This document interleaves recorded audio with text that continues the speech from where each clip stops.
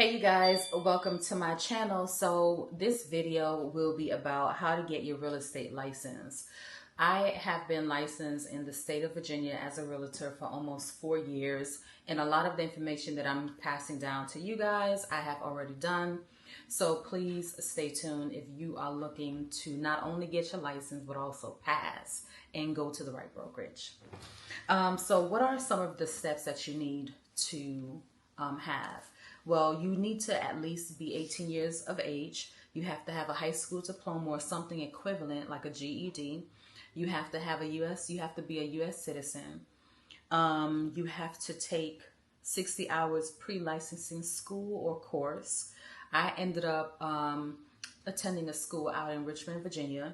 And then once I completed the school, we have a final exam and I had to pass it with a 75% or more. And then once I ended up passing that exam, I had to do fingerprinting and undergo a background check. And that usually took about 45 days prior to me even submitting my license application. So once I ended up passing the background check, I had to schedule my exam at a PSI center. And I ended up doing one close to my job. So once I ended up finishing work, I can just leave straight from work and go to the PSI center for me to basically take the exam. There are two portions of the exam. You have the national and then you have the state.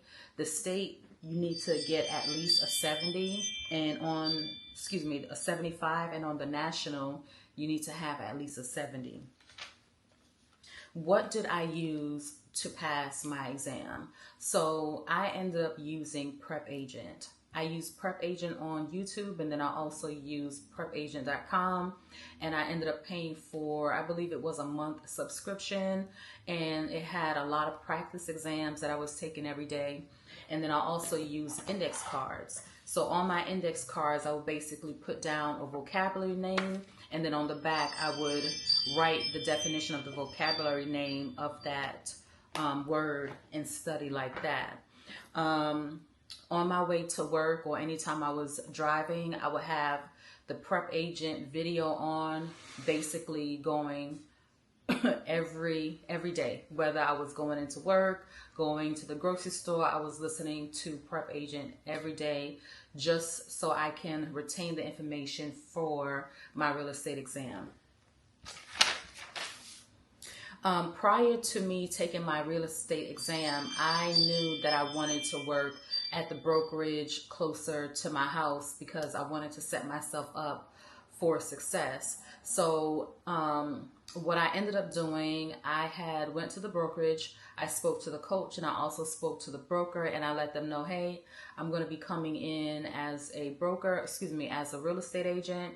I have my exam that I'm scheduled to take at this particular time, and I would love to have my license hung up here at this particular brokerage. And they allowed me to basically come on board, right? But I wasn't able to do any actual real estate work until I had my license. So I would recommend those people who are really serious about getting their real estate license to already start doing the interviews of where you want to work, speak to the brokerage, speak to the coaches that they have there, and also get a mentor to help you in the business, to help scale your business, and to help your business grow when it pertains to getting leads, closings, the time frame you want to have your first transaction, whether it be in rentals, listings, or buyers.